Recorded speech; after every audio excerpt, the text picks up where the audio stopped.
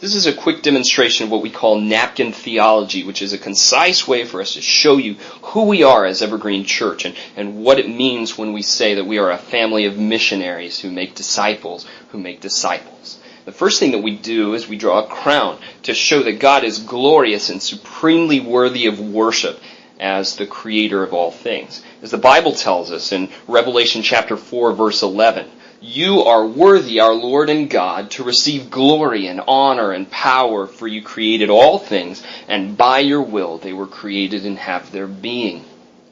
Human beings, since our first parents in the Garden of Eden, have rebelled against that calling to worship and instead have chosen to worship themselves and to glorify things that are not worthy of glory. And that's what we call sin. Romans chapter 3, verse 23 says that all have sinned and fallen short of the glory of God. And in chapter 6, verse 23 of Romans, we're told that the wages of sin is death. Because of our choice to rebel against our Creator, we deserve death and judgment. But God, in His great mercy, has chosen instead to relate to us in grace, which means undeserved favor.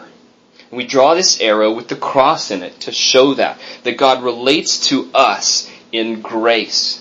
As 1 Peter chapter 3 tells us, Christ died for sins once for all, the righteous for the unrighteous, to bring you to God.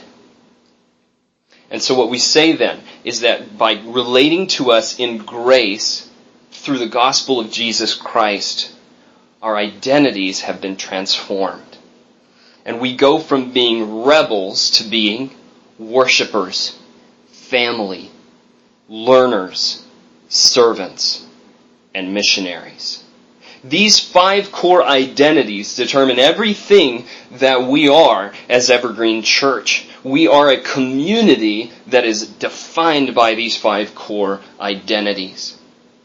And just as God has related to us through grace, through the gospel of Jesus Christ, we then are called to relate to the world in the same way. So we draw this final arrow, showing that we then take that same good news about Jesus Christ dying once the righteous for the unrighteous to bring us to God, and we take that out into the everyday rhythms of our lives.